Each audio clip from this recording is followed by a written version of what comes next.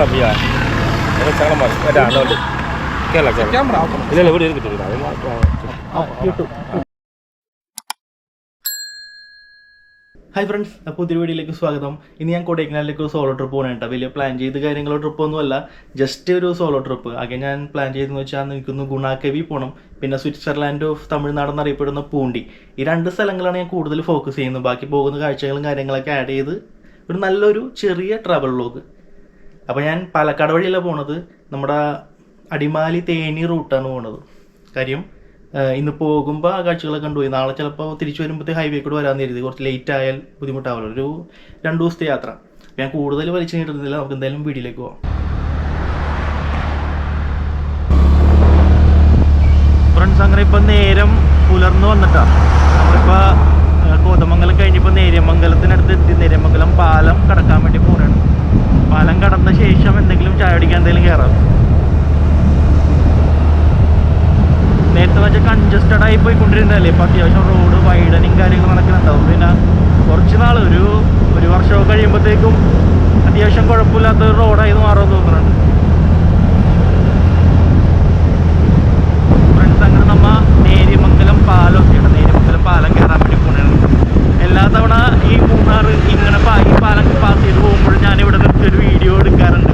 Just ഒരു എന്തെങ്കിലുമൊക്കെ സംസാരിക്കാറുണ്ട്. പക്ഷെ ഇത്തവണ ഒരുപാട് തവണ അങ്ങനെ ചെയ്തൊക്കെ ഇത്തവണ ചെയ്യുന്നില്ല. ഡയറക്റ്റ് നമുക്ക് പോവാം.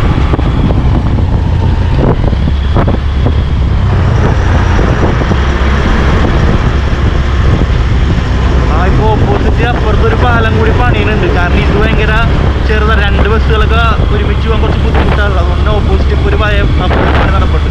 അതെന്തായാലും കൊള്ളാം.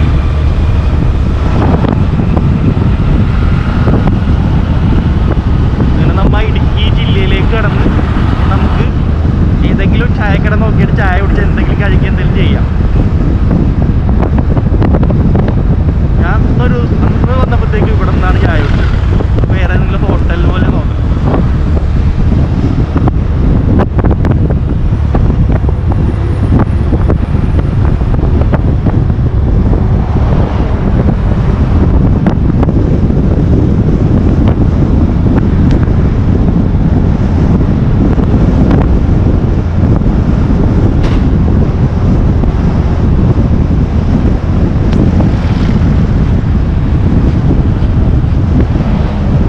ഇപ്പോൾ 6:25 ആയിട്ടുള്ളൂ. അല്ലെങ്കിൽ ഇവിടെ നേരെ അടിമാലി ചെന്നിട്ട് അടിമാലി ടൗണിൽ നിന്ന് എന്തെങ്കിലും ചായ കുടിച്ചിട്ട് അവിടെ നിന്ന് നമുക്ക് ഡീവിയേറ്റ് ചെയ്ത് ഭയങ്കര തിരക്കാണ്. ഈ ഫ്രണ്ടിലൊരു ലോറി പോകുന്നുണ്ട്, അതുകൊണ്ടാണ് ഇത്രയ്ക്ക്. ഇതാണ് നമ്മുടെ മൂന്നാറിലേക്ക് ഫസ്റ്റത്തെ എയർപോർട്ട്. മൂന്നാറിലല്ല, നമ്മുടെ ഇടുക്കിയിലേക്ക് കയറുമ്പോഴുള്ള ഫസ്റ്റത്തെ എയർപോർട്ട്. സാധാരണ മൂന്നാർ പോകുമ്പോഴാണ് കൂടുതലും ഇങ്ങോട്ട് വന്നിട്ടുള്ളത്.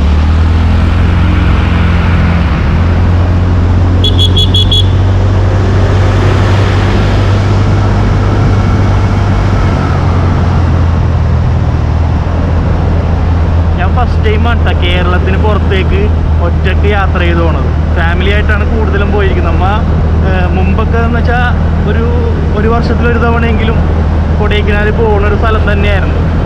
അല്ലെങ്കിൽ 2 വർഷം കൂടുമ്പോൾ ഒരു തവണയെങ്കിലും എങ്ങനെയെങ്കിലുമൊക്കെ പോകും. ഇപ്പോൾ കുറേ നാളായിട്ട് പോയില്ല. ഏകദേശം എനിക്കിൻ്റെ അറിവ് ശരിയാണെങ്കിൽ ഒരു 3-4-5 വർഷത്തോളം ഇടയിൽ ഞാൻ കൊടൈക്കനാൽ പോയിട്ടില്ല. അപ്പോൾ അതുകൊണ്ടാണ് ഈ സ്ഥലം തന്നെ ഞാൻ സെലക്ട് ചെയ്തത്.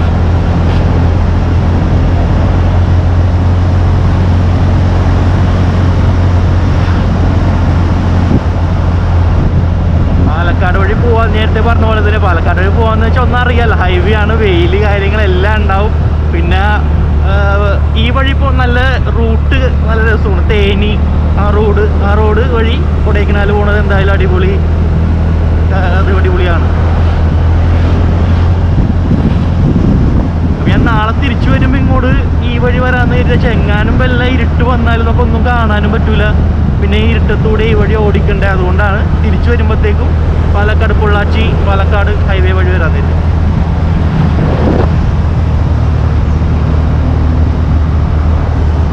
ഇപ്പോൾ പോണ വഴി ഞാൻ എന്തായാലും അധികം സ്ഥലത്തൊന്നും ടച്ച് ചെയ്യില്ല.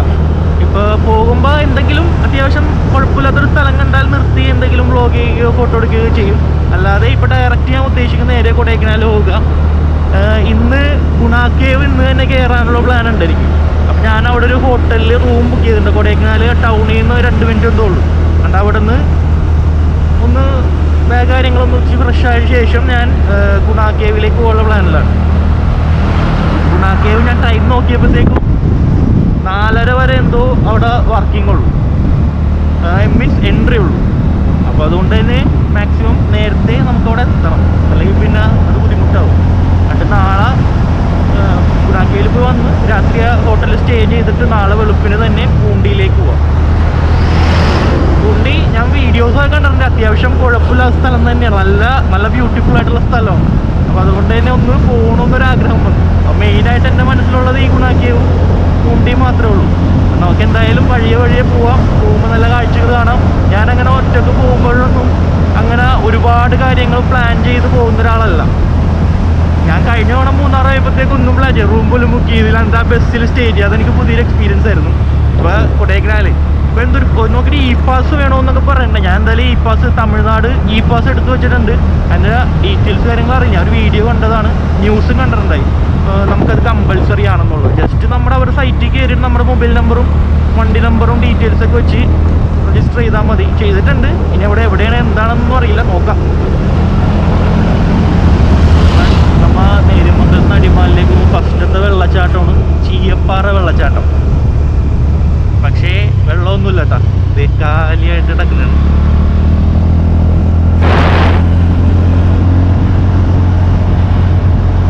ലാസ്റ്റ് ടൈം വന്നപ്പോൾ നല്ല വെള്ളമായിരുന്നു. പക്ഷെ അതിന് മുമ്പ് വന്നപ്പോൾ ഇതേ അവസ്ഥ തന്നെയായിരുന്നു, കാലി ഉണങ്ങി കിടക്കണത്. ചൂടല്ലേ. ലച്ചും കൂടെ വന്നപ്പോൾ ഈ സിപ്പ് ലൈനിലാണ് കയറിയത്. അത് പുതിയൊരു എക്സ്പീരിയൻസ് ആയിരുന്നു കേട്ടോ. ഫസ്റ്റ് എനിക്ക് പേടിയായിരുന്നു, പിന്നെ അഡ്ജസ്റ്റ് ചെയ്ത് സെറ്റാക്കി.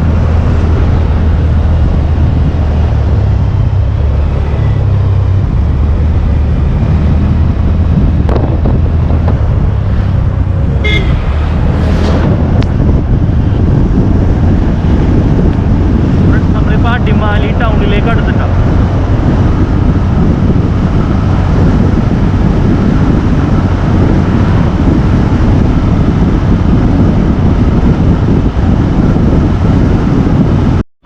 ഫ്രണ്ട്സ്, അങ്ങനെ നമ്മളിപ്പോൾ അടിമാലിലെത്തി. ഇവിടെ കയറി എന്തെങ്കിലും കഴിച്ചിട്ട് ബാക്കി യാത്ര തുടരാം.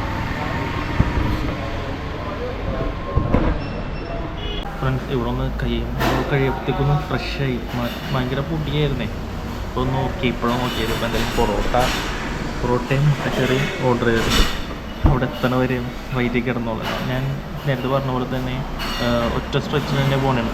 നേരെ കൊടൈക്കനാൽ പോകണേ. അപ്പോൾ എന്തെങ്കിലും നല്ല തങ്ങട്ടം നിർത്തും, അല്ലാതെ പിന്നെ നിർത്തി പോകാനൊരു പ്ലാൻ തൽക്കാലമില്ല. പക്ഷേ എന്തെങ്കിലും നല്ല കിട്ടിയാൽ അങ്ങനെ തന്നെ ചെയ്യും. അപ്പോൾ എന്താ ഇവിടെ നിന്ന് കഴിച്ചിട്ട് നമുക്ക് ബാക്കി യാത്ര വിടാം. നമുക്ക് അടിമാലിയാണ്. അടിമാലിയിൽ നിന്ന് ഇവിടെ നിന്ന് ഡീവിയേറ്റ് ചെയ്താണ് നമുക്ക് കൊടൈക്കനാൽ തേനി റൂട്ട് പോകേണ്ടത്.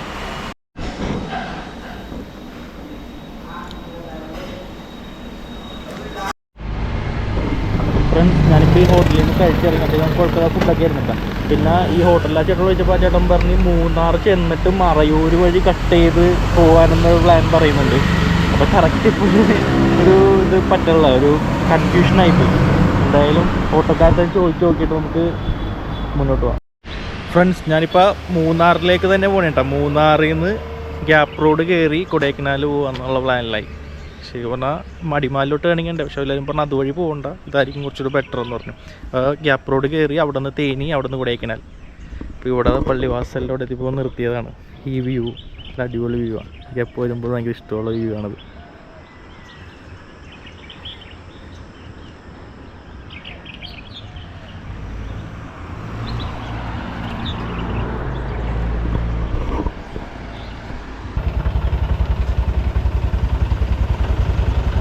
ഫ്രണ്ട്സ്, അപ്പോൾ ഞാൻ ഗ്യാപ്പ് റോഡിലേക്ക് കടന്നിട്ടാ. ഗ്യാപ്പ് റോഡിലേക്ക് കയറി. വെയിലുണ്ട്, പക്ഷെ അത്യാവശ്യം തണുപ്പുണ്ട് കേട്ടോ. അതുകൊണ്ട് ഞാൻ ജാക്കറ്റ് എടുത്തിട്ട് ഇനി നമുക്ക് നേരെ ഇവിടെ നിന്ന് പൂപ്പാറ, അവിടെ നിന്ന് തേനി, പിന്നെ അവിടെ നിന്ന് കൊടൈക്കനാൽ. നമുക്ക് ഇവിടെ നിന്ന് തേനിയിലേക്ക് ഒരു 83 കിലോമീറ്റർ ഉണ്ട്. അത്യാവശ്യം ഓട്ടമുണ്ട്. പിന്നെ ഓടിക്കാൻ എനിക്ക് ഇഷ്ടമാണ്, അതുകൊണ്ട് തന്നെയാണ് ഒറ്റയ്ക്ക് തന്നെ ഇറങ്ങിയത്. രസമാണ് ഒറ്റയ്ക്കൊക്കെ. അപ്പോൾ എല്ലാവരും ചോദിക്കും എന്തിനാണ് ഒറ്റയ്ക്ക് പോണത്, പക്ഷേ അത് എക്സ്പീരിയൻസ് ചെയ്യേണ്ട ഒന്ന് തന്നെയാണ്. അപ്പോൾ എന്തായാലും നമുക്ക് യാത്ര തുടരാം. ഇപ്പം നമ്മ ഗ്യാപ്പ് റോഡിൻ്റെ ടോള് കഴിഞ്ഞിപ്പോൾ മുന്നോട്ട് പോകണേ കേട്ടോ.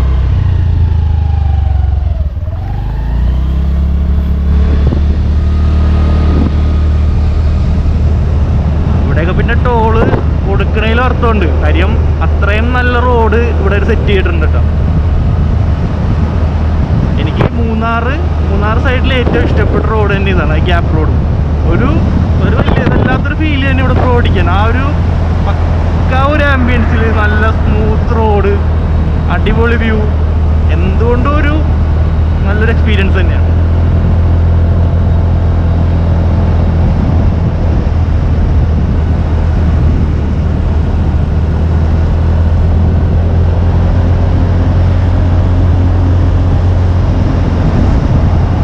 നമുക്കിനി ഈ റോഡ് അറ്റം വരെ പോകണം. അത് കഴിഞ്ഞിട്ട് തേനി, അത് കഴിഞ്ഞിട്ട് കൊടൈക്കനാൽ.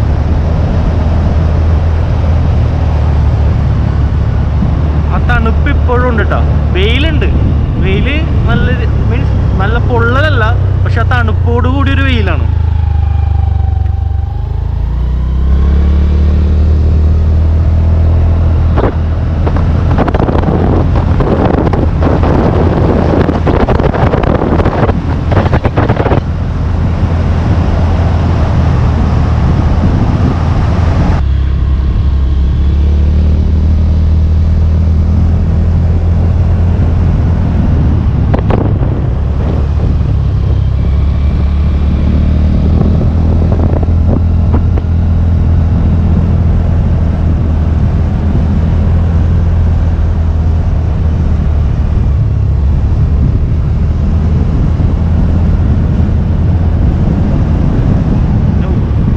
ഞാൻ ഓർക്കുന്നുണ്ട്, കഴിഞ്ഞ ഇവിടെ വന്നപ്പോഴത്തേക്കും നല്ല മഴ പെയ്തു, കിട്ടില്ല മഴയായിരുന്നു ഞാൻ ലച്ചും കൂടെ വന്ന സമയത്ത്. അപ്പോൾ അവിടെ കയറിയിരുന്നത് അത് ആശ്വാസ സ്ഥലമായിരുന്നു. കാര്യം അല്ലെങ്കിൽ കംപ്ലീറ്റ് തന്നെ ഇവിടെ കയറിയിരിക്കാന്.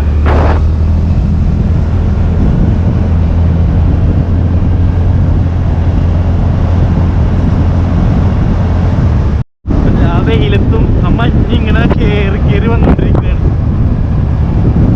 ഒരു തവണ വന്നപ്പോഴത്തേക്കും മൊത്തം മൂടി റോഡ് പോലും കാണാൻ പറ്റാത്ത സിറ്റുവേഷനിലായിരുന്നു.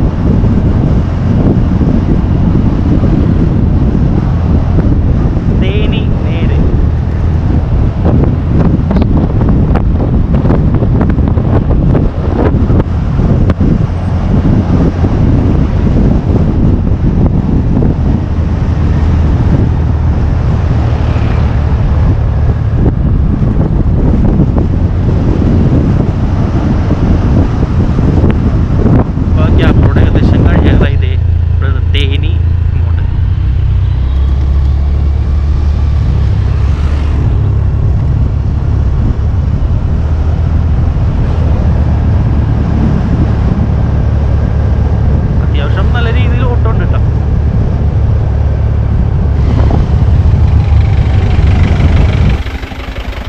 കൊടൈക്കനാൽ പോകാൻ വേണ്ടിയിട്ടുണ്ടോ?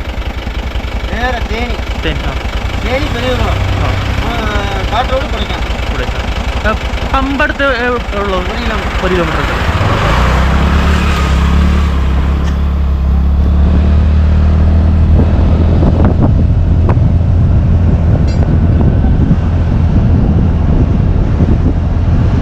പെട്രോൾ ഇനിയൊരു 100-110 കിലോമീറ്റർ ഓടുമെന്ന് കാണിക്കുന്നുണ്ട്.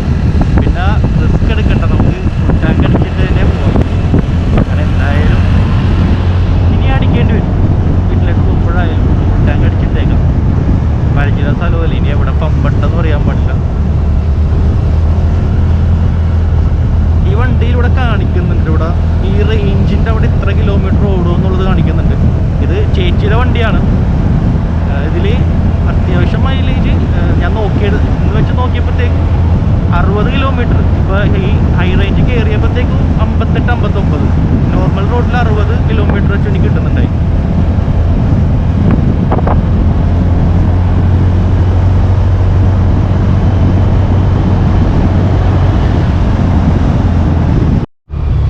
ഇവിടെ പമ്പ്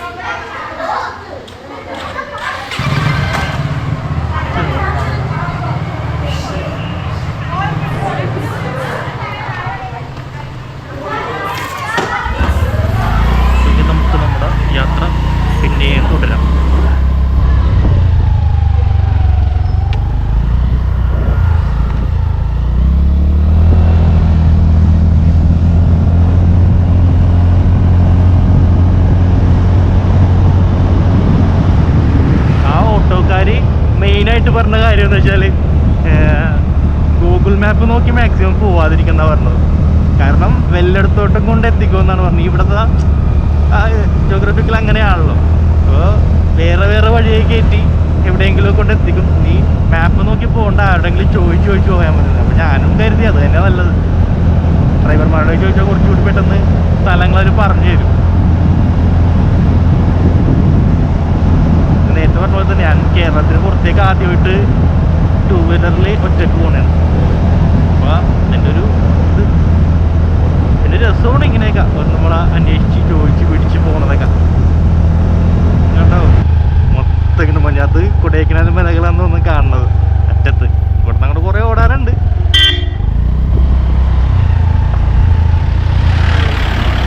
ഈ ഡ്രൈവർ വണ്ടി ഓടിക്കുന്ന സ്റ്റൈല് കണ്ട ഒരു പ്രത്യേകത. പുള്ളി ശരിക്കും പറഞ്ഞാൽ പുറത്താണ് ഇരിക്കണത്.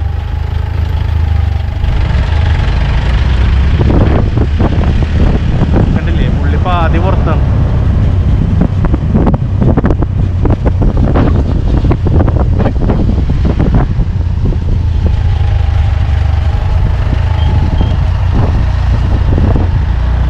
സ്ഥലമില്ലാത്തതുകൊണ്ടാണ് പുള്ളിയുടെ ശൈലി ഏതാണെന്ന് അറിയാൻ പറ്റില്ല. കാരണം പുറകിൽ കുറെ സ്ഥലമൊക്കെ ഉണ്ട് വണ്ടിക്ക്.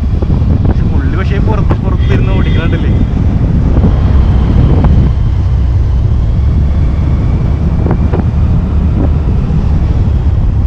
അതുകൊണ്ടാ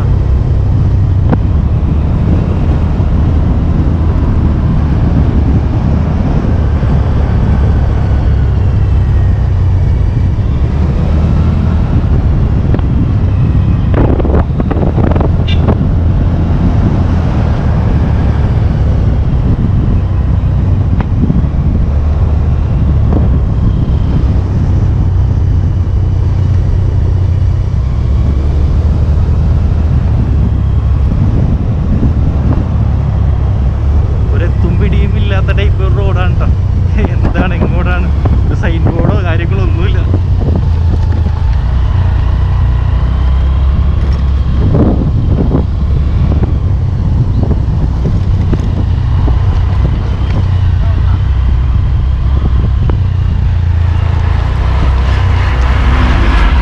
തമിഴ്നാട് ബസ് കുറേ പാസ് ചെയ്തുകൊണ്ടേലും കൂടെ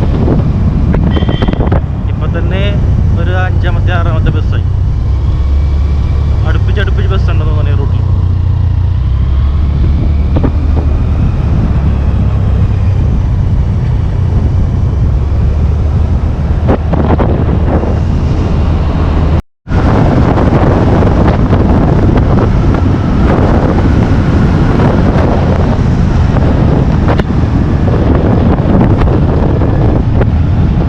താഴെ കുറേ തെങ്ങൻ തോപ്പുകളുണ്ട്. നിറച്ചോടെ തെങ്ങൻ തോപ്പുകളാണ്.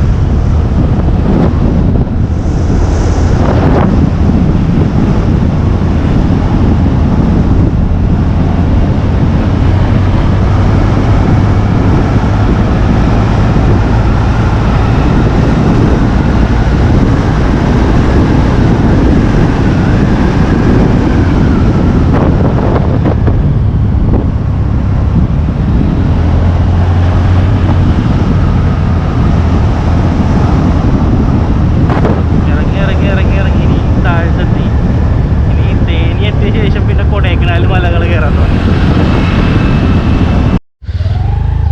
ഇവിടെ അങ്ങോട്ടും ഇങ്ങോട്ടൊക്കെ വഴികളൊക്കെ കാണിക്കുന്നുണ്ട്. കറക്റ്റ് എങ്ങോട്ടാണോ ഇങ്ങോട്ട് മൂന്നാർ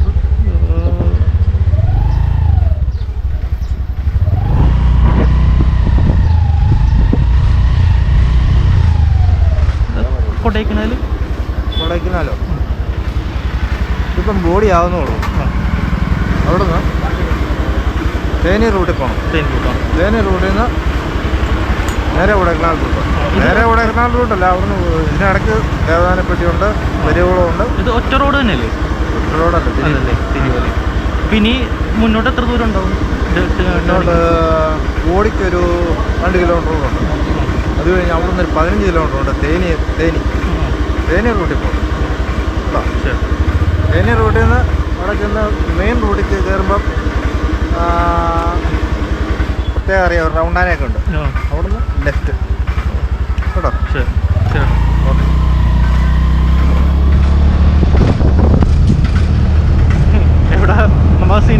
കാണുന്ന പോലെ തന്നെ നമ്മളെവിടെ ചെന്ന് വഴി ചോദിക്കുമ്പോഴൊന്നൊക്കെ വഴി പറഞ്ഞതിന് ഒരു മലയാളി ആയിരിക്കില്ലേ സിനിമയിലൊക്കെ, അതേപോലെ തന്നെ കറക്റ്റായിട്ട് ഒരു മലയാളി സംസാരിക്കും. മലയാളം പ്രോപ്പർ മലയാളം അറിയില്ല, പക്ഷേ അയാൾ നല്ല രീതിയിൽ മലയാളം സംസാരിക്കുന്നുണ്ട്. ഓടി എന്ന് പറഞ്ഞ സ്ഥലം. പിന്നെ അവിടെ നിന്ന് തേനി റോഡ് കേട്ടോ. അവിടെ തൊട്ട് ഞാൻ ആ ചേട്ടൻ്റെ അടുത്ത് വഴി ചോദിച്ചപ്പോൾ മുതൽ പരന്ന് അങ്ങോട്ട് കിടക്കണേ. വേറെ വളവോ തിരുവോ കാര്യങ്ങളൊന്നുമില്ല. അറ്റം വരെ നമുക്ക് ഇവിടെ നിന്ന് കാണാൻ പറ്റുന്നുണ്ട്. പിന്നെ ഇടയ്ക്കിടയ്ക്ക് ഓരോ ലോറിക്കാരൊക്കെ ഇവിടെ നിന്ന് കയറിയേക്ക് വരും. അത് മാത്രം നമ്മൾ ശ്രദ്ധിക്കണം. ബാക്കി അല്ലെങ്കിൽ അടിപൊളി റോഡാണ്.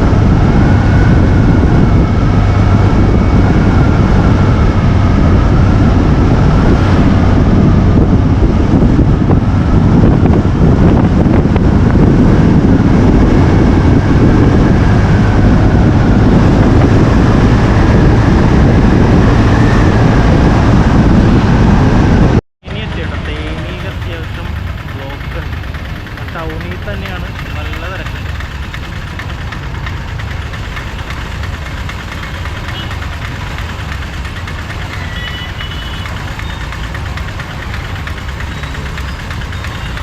കിലോമീറ്റർ ഭയങ്കര കൺജസ്റ്റഡ് ആയിട്ടുള്ള റോഡായിരുന്നു. കുറേ കഷ്ടപ്പെട്ടു. പിന്നെ ആരും അങ്ങനെ നമ്മുടെ നാട്ടിലെ കുത്തിക്കയറ്റി കൊണ്ടുള്ള ആരും അവരുടെ ഒരു കീപ്പ് ചെയ്ത് തന്നെ പറ്റുന്നില്ല. പിന്നെ കുറേ കോഡുകളുണ്ട് ഈ കല്യാണത്തിന് ചെക്കൻ, പിന്നെ കുറേ വീട്ടുകാരുടെ ബോർഡ്. എന്താ സംഭവം എന്നറിയാൻ പറ്റും. പിന്നെ ഓരോരോ സ്ഥലത്ത് ഒരു 100 മീറ്റർ കൂടുമ്പോഴത്തേക്കും ഒരു പന്തല് കെട്ടി പാട്ടും കല്യാണമാണോ ഉത്സവമാണോ എന്താ സംഭവം എന്ന് പറഞ്ഞിട്ടുണ്ടാവുള്ളൂ.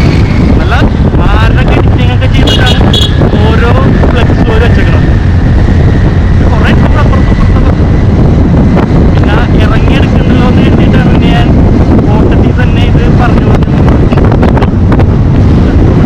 ആടുകളൊക്കെ കൊണ്ടുപോകണ കാഴ്ച എന്താ.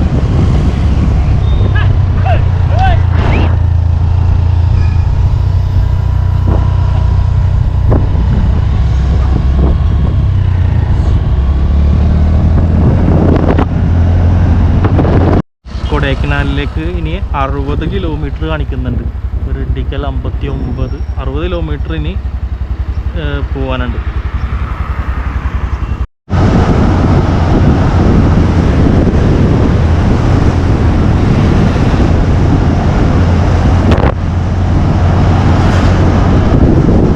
ഞാനിപ്പോൾ ഒരു കാര്യം ശ്രദ്ധിച്ചു. ഈ ബൈക്ക് ഇവിടുത്തെ, അതായത് തമിഴ്നാട് രജിസ്ട്രേഷൻ ബൈക്കൊക്കെ ഈ ലൈനിൽ ഇപ്പുറത്തുകൂടെയാണ് ഓടിച്ചു പോകുന്നത്.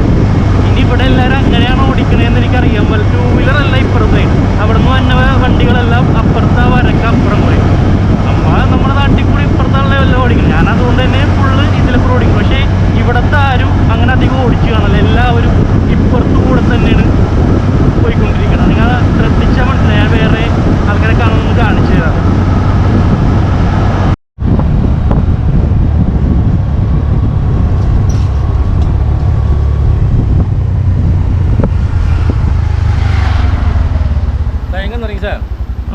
ഈ പാസം லைசன்ஸ் லெஃப்ட் கொஞ்சம் வரணும். ஹெல்மெட் கீழே விழுந்துடாதா? காத்துல ஏரில் கீழே விழுகாதா? ஏரில் கீழே விழுந்துடாதா? இல்லை வீடு இல்லை, ஃபிக்ஸ்ட் ஆனே. கம்மா உங்கள் லைசன்ஸ் கொடுங்க.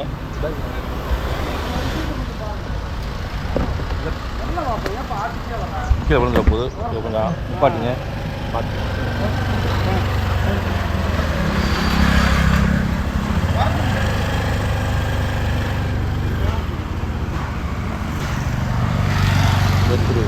உங்கள் பேர் ஆன்லைனில் இருக்கா? ஆன்லைனில் இருக்கா? ஒரு ரன்னிங்கா? எவ்வளோ நாள் ஆகும்? எத்தனை ஜிபி? எவ்வளோ ஜிபி சத்தம்? 128. பேர் கொஞ்சம் டிக்கி ஓப்பன் பண்ணுங்கள். யூடியூப் சேனல் ഉണ്ട്. யூடியூப் சேனல் கீழே விழுந்துடாம கொஞ்சம் ஆஃப் பண்ணி கேமரா பார்த்து கீழே விழுந்துடும்.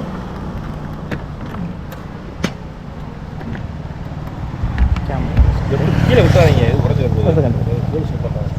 லைசன்ஸ் கொடுங்க சார். எங்கேருந்து வரீங்க சார்? சார் லைசன்ஸ் சொல்லி ஐயா கீழே வைப்பேன். கீழே விட்டா ஐயா எனக்கு சங்கடமாக இருக்கு. கேட்டா அந்த வந்து கேரளா கேமரா இல்லை வீடு இருக்குது. யூடியூப்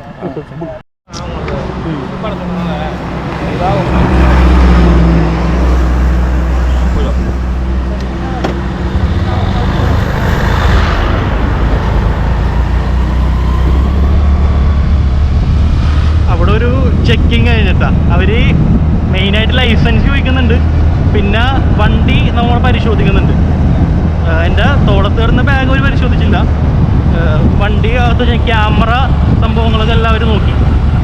അതൊക്കെ ഷൂട്ട് ചെയ്യാനുള്ള പ്രശ്നമൊന്നുമില്ല കേട്ടോ. നമ്മുടെ നാട്ടിൽ മാത്രമേ ഉള്ളൂ ഹെൽമെറ്റ് ക്യാമറ വെക്കണത് അത്ര വലിയ ഭയങ്കരമായ കുറ്റകൃത്യമായിട്ടുള്ളത്. എന്ന് വെച്ചാൽ ഇവിടെ അങ്ങനെ അത്രയും വലിയ കുറ്റകൃത്യമൊന്നുമല്ല, അവർക്ക് കുഴപ്പമൊന്നുമില്ല. പിന്നെ ഒരാൾ മാത്രം പറഞ്ഞ് താഴ്ത്ത് വീഴാതിരിക്കാൻ വേണ്ടി ഒന്ന് ഓഫ് ചെയ്തേക്കാൻ പറഞ്ഞു. മീൻസ് അവർക്ക് പേടി ക്യാമറ വീണ് എന്തെങ്കിലും സംഭവിച്ചിട്ട് അവരെ പറയുമെന്നുള്ളത്. ഹെൽമെറ്റ് വെച്ചൊക്കെ ഉള്ള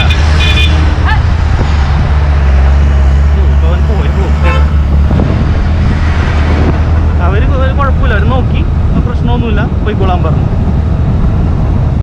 ശരിക്കും നമ്മുടെ നാട്ടിലെ ഈ ഒരു കൺസെപ്റ്റ് എപ്പോഴും തെറ്റാണ്. ഈ ഗോപ്രോ ഹെൽമെറ്റ് ഫിക്സ് ചെയ്ത് അത് തെറ്റാണെന്നുള്ളത് തന്നെ, അത് പറയണത് തന്നെ തെറ്റാണ്. കാര്യം ഇത് ഒറ്റയ്ക്ക് യാത്ര ചെയ്യുന്നവർക്കോ അല്ലെങ്കിൽ ദൂരെയൊക്കെ പോകുന്നവർക്കും ഒരു സേഫ്റ്റിയാണ്. എന്തെങ്കിലും ആക്സിഡൻറ്റ് പറ്റിയാലോ എന്തെങ്കിലുമൊക്കെ സംഭവിച്ചാൽ പോലും നമ്മുടെ കയ്യിലൊരു പ്രൂഫ് വേണം, അല്ലെങ്കിൽ നമുക്കൊന്നും ഒരിടത്ത് കാണിക്കാനുണ്ടാവില്ല. പക്ഷേ നമ്മുടെ നാട്ടിൽ അതൊരു വലിയൊരു കുറ്റകൃത്യമായിട്ട് കാണിക്കുക. എന്താണ് അതിൻ്റെ തേജോവികാരം എന്ന് മാത്രം എനിക്കിതൊരു മനസ്സിലായിട്ടില്ല. കാര്യം കാറിൽ ഡാഷ് ക്യാം ഉണ്ട്, ആ ഡാഷ് ക്യാം വെച്ച് ഷൂട്ട് ചെയ്യണ അതേ വിഷ്വൽ തന്നെയാണ് നമുക്ക് ഈ ഹെൽമെറ്റ് ക്യാമറ വെച്ചാൽ കിട്ടുന്നത്.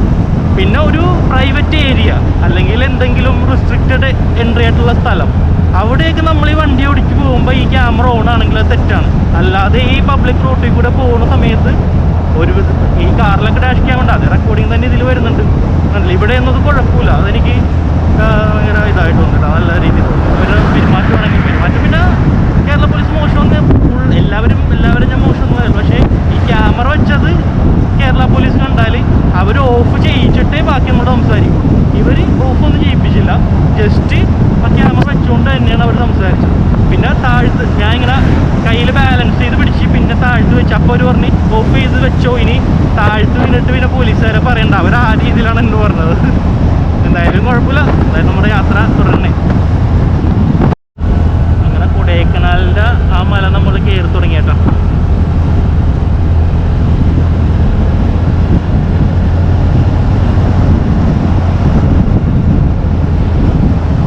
ഇവിടെയും കണ്ടില്ലേ ഒരു തിരക്കൂല, ഇടക്കിടക്ക് ഓരോ വണ്ടി, നിസാരമുള്ള വണ്ടികൾ. ഈ സെറ്റപ്പ് ഞാനൊരു വീഡിയോയിൽ കണ്ടിട്ടുണ്ടായി. ഈ മഞ്ഞ ഇത്, അതായത് ഏതെങ്കിലും വണ്ടി സ്ലിപ്പായിട്ട് വന്നാൽ ജസ്റ്റ് അതിൽ നിന്ന് തന്നെ ഇങ്ങനെ ടേൺ ചെയ്തു പോകും. അത് ഞാൻ കാണിച്ചു തരാം. ഏതെങ്കിലും വണ്ടി പെട്ടെന്ന് വളവിൽ വല്ല സ്ലിപ്പായിട്ട് വന്നാൽ ഇത് ഈ മുട്ടി ഇങ്ങനെ കറങ്ങി അങ്ങോട്ട് പോകാൻ വേണ്ടിയുള്ള സെറ്റപ്പ്. എന്തായാലും നല്ലൊരു സാധനം കേട്ടോ. ഇവിടെ നിന്ന് ഈ ഇറക്കത്തിൽ ഇങ്ങനെ വന്ന് ഇവിടെ വന്ന് മുട്ടിയാൽ കറങ്ങി തന്നെ ഇപ്പുറത്തേക്ക് വന്നു പോകും. അവിടെ ഇടിച്ച് അപ്പുറത്തേക്ക് കയറാതിരിക്കാൻ വേണ്ടി. കൊള്ളാം. ഞാൻ ഒരു വീഡിയോയിൽ കണ്ടിട്ടുണ്ടായി, ഇപ്പോഴാണ് ഞാൻ നേരിട്ട് കണ്ടത്.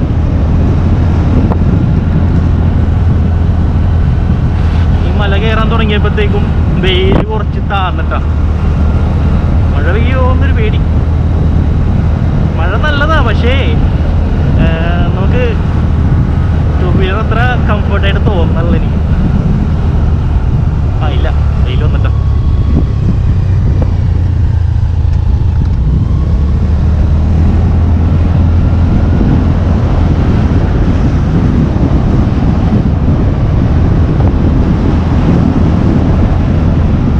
കുരങ്ങന്മാരുണ്ട്. വേറെ എങ്ങനെ മൃഗങ്ങളൊന്നും വരില്ലെന്നാണ് എൻ്റെ വിശ്വാസം. നോക്കാം. അയ്യോ വരണ്ട, ആരുമില്ല, ഒറ്റ മനുഷ്യരില്ല, ഞാൻ മാത്രമുള്ള ഒന്നും ഈ വഴിയെ പോകണം.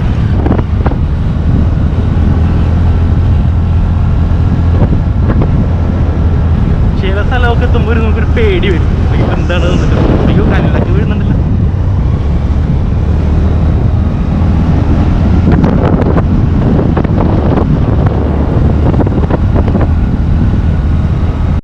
അടിപൊളി വ്യൂ ഉണ്ട്. നിങ്ങൾക്ക് എത്രത്തോളം കാണാൻ പറ്റുന്ന എന്തോ ഡാമാണെന്ന് തോന്നുന്നുണ്ട്.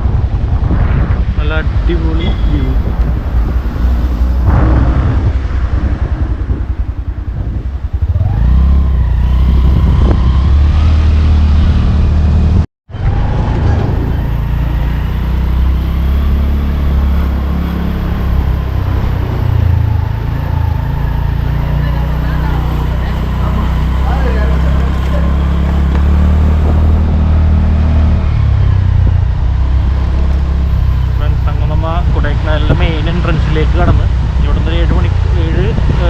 കിലോമീറ്റർ ഉണ്ട് അങ്ങോട്ടേക്ക്. ഇവിടെ വെള്ളച്ചാട്ടം കൊടൈക്കനാൽ എൻട്രൻസിൽ ഫസ്റ്റത്തെ വെള്ളച്ചാട്ടമാണത്. ഇവിടെ അത്യാവശ്യം വെള്ളമുണ്ട് കേട്ടോ. മൊത്തം എപ്പോഴും ഉള്ള പോലത്തെ അല്ല, എന്നാലും അത്യാവശ്യം വെള്ളമുണ്ട്. കൂട്ടത്തിൽ ഭേദമാണ്.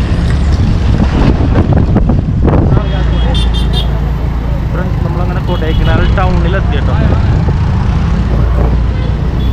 റൂമിൻ്റെ അടുത്തേക്ക് പോകുന്നത് ഇവിടെയാണ് ലൊക്കേഷൻ കാണിക്കണത്.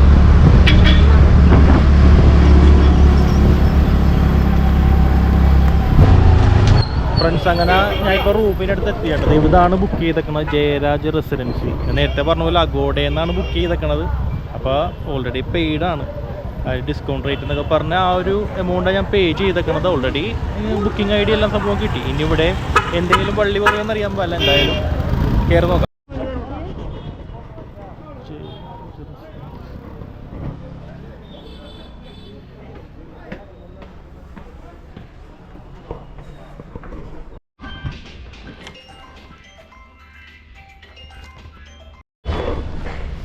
ഫ്രണ്ട്സൊക്കെ ഞാൻ ചെക്ക് ഇൻ ചെയ്ത് റൂമിലേക്ക് പോകുന്ന വേറെ ഇപ്പോഴത്തെ കുഴപ്പമൊന്നും ഉണ്ടായില്ല. ആ റേറ്റിൽ തന്നെ നമുക്ക് കിട്ടി. ഫ്രണ്ട്സ്, അങ്ങനെ ഞാൻ റൂമിലേക്ക് എൻ്റർ ചെയ്തിട്ടാണ്. കുഴപ്പമൊന്നുമില്ല, വേറെ ഇഷ്യൂ ഒന്നും ഇല്ലാത്ത റൂമാണ്. ഞാൻ നേരത്തെ അഗോഡയുടെ കാര്യം പറഞ്ഞില്ല, അപ്പോൾ കൊള്ളാട്ടാ. നല്ല ഡിസ്കൗണ്ട് ഉണ്ട്. വലിയ കുഴപ്പമില്ലാത്ത റൂം തന്നെയാണ്. എനിക്ക് 900 റുപ്പീസിനാണ് ഈ റൂം കിട്ടിയത്. വലിയ പ്രശ്നങ്ങളും കാര്യങ്ങളൊന്നും ഇല്ലാത്ത റൂം. ഒരു നോർമൽ റൂം. ഇവിടെ അങ്ങനെ അധികം വലിയ വ്യൂ കാര്യങ്ങളൊന്നുമില്ല. അപ്പുറത്തും ബിൽഡിങ്സ് ഒക്കെയാണ്. പിന്നെ അകത്തോട്ടുമ്പോൾ ഒരു മിറർ, ടി വി ഉണ്ട്, പിന്നെ ഒരു cupboard, bed, bathroom, 24 hours hot water ഉണ്ട്. മൊത്തത്തിൽ പ്രശ്നമൊന്നുമില്ല. എന്തായാലും നല്ല റൂമാണ് കിട്ടിയേക്കുന്നത്. എന്നുവെച്ചാൽ നമ്മുടെ ഗുണാക്കേവിലേക്ക് പോകണം. പക്ഷേ ഗുണാക്കേവ് 4:30 വരെ ഉള്ളൂ. അപ്പോൾ ഇപ്പോൾ സമയം 1:55. പിന്നെ ഇവിടുന്ന് 7 കിലോമീറ്റർ ഉണ്ട്. അന്നേരം കുഴപ്പമില്ല. നമുക്ക് എന്തായാലും ഇവിടെ അധികം നേരം സ്പെൻഡ് ചെയ്യുള്ളൂ. ഒന്ന് ഫ്രഷായി, ഒന്ന് വഴി ഫ്രഷായി നേരെ ഇറങ്ങാൻ വേണ്ടി പോകണേണ്. എന്തെങ്കിലും ഫുഡും കഴിച്ച് നേരെ ഗുണാക്കേവിലേക്ക്. എന്നിട്ട് ഇന്ന് ഗുണാക്കേവിലെ കാഴ്ചകൾ നമുക്ക് നോക്കാം. പിന്നെ ലേക്ക് സൈഡ് വന്ന വഴി ടൈം ഉണ്ടേൽ നോക്കാം. ഞാൻ പറഞ്ഞില്ല, മെയിനായിട്ട് ഞാൻ ഗുണാക്കേവും. പിന്നെ നാളെ രാവിലെ ഞാൻ ഇവിടെ നിന്ന് ചെക്കൗട്ട് ചെയ്യും. മാക്സിമം നേരത്തെ ഒരു 7. ഇവിടെ ചെക്കൗട്ട് ടൈം 9-10 ആണ്. പക്ഷെ ഞാൻ 7-7:30 ചെക്കൗട്ട് ചെയ്തിട്ട് നേരെ പൂണ്ടിയിലേക്ക് പോകും. പൂണ്ടിയിലേക്ക് ഇവിടെ നിന്നൊരു അത്യാവശ്യം കുറച്ചൊരു ഓട്ടോ ഉണ്ട്. എന്നിട്ട് അവിടെ നിന്ന് പോയി അവിടുത്തെ കാഴ്ചകളൊക്കെ കണ്ട് നേരെ തിരിച്ച് വീട്ടിലേക്ക്. അത്യാവശ്യം നല്ല ഓട്ടോ ഉണ്ട്. നല്ല രീതിയിൽ ഓടിയിട്ടുണ്ട്. ഇപ്പോൾ ഞാൻ 4:30 ഇപ്പോൾ ഇറങ്ങിയതാണ്. ഇപ്പോൾ എത്തിയപ്പോൾ 2 മണി കുട്ടി. 1:55 2 മണിയായി. പിന്നെ ഇടയ്ക്ക് വെച്ച് ഫുഡ് കഴിക്കാനും നിർത്തിയിട്ടുണ്ടായി. എന്നാലും നല്ല യാത്രയായിരുന്നു കേട്ടോ. ഒറ്റക്കുള്ള ട്രിപ്പ് എനിക്ക് പേഴ്സണലി ഇഷ്ടപ്പെട്ട കാര്യം ആയതുകൊണ്ട് തന്നെ ഞാൻ നല്ല രീതിയിൽ എൻജോയ് ചെയ്ത്. ഇപ്പോൾ പിന്നെ ഈ വീഡിയോയിൽ ഞാനൊരു ട്രാവൽ വീഡിയോ ഷൂട്ട് ചെയ്യുമ്പോഴത്തേക്കും ഞാൻ ഓരോ സ്ഥലത്തും നിർത്തി ഇറങ്ങി ഷൂട്ട് ചെയ്യും. പക്ഷെ അത് ടൈം വേസ്റ്റ് ആയിട്ട് എനിക്ക് തോന്നി. കാരണം ഇത് ഞാൻ എൻ്റെ സോളോ ട്രിപ്പ് നടത്തുമ്പോഴത്തേക്കും അന്നത്തെ യാത്രയിൽ പറഞ്ഞു പോണ കുറച്ച് കാര്യങ്ങൾ ഓട്ടത്തിനിടയിൽ കാണുന്ന കാഴ്ചകൾ നിങ്ങളെ കാണിച്ചു തന്നു. അപ്പോൾ എനിക്ക് തോന്നി ഫുൾ ടൈം ഞാൻ ഇങ്ങനെ സംസാരിച്ച് കാണിച്ചു തരണ്ടായെന്ന് എനിക്ക് തോന്നി. അപ്പോൾ ഇപ്പോൾ ഗുണാക്കേവിൽ പോകുമ്പോഴത്തേക്കും ഞാൻ വണ്ടി കൊണ്ടല്ല എത്തിക്കണം. അപ്പോൾ ഈ നോർമൽ ഇതേപോലത്തെ കാഴ്ചകളെല്ലാം സമയം എനിക്ക് കുറച്ചുകൂടി കംഫർട്ടായിട്ട് തോന്നി. ആ ക്യാമറ ഫിക്സ് ചെയ്തതും കാര്യങ്ങളൊക്കെ. എന്തായാലും ബാക്കി കാഴ്ചകളിലേക്ക് പോവാം.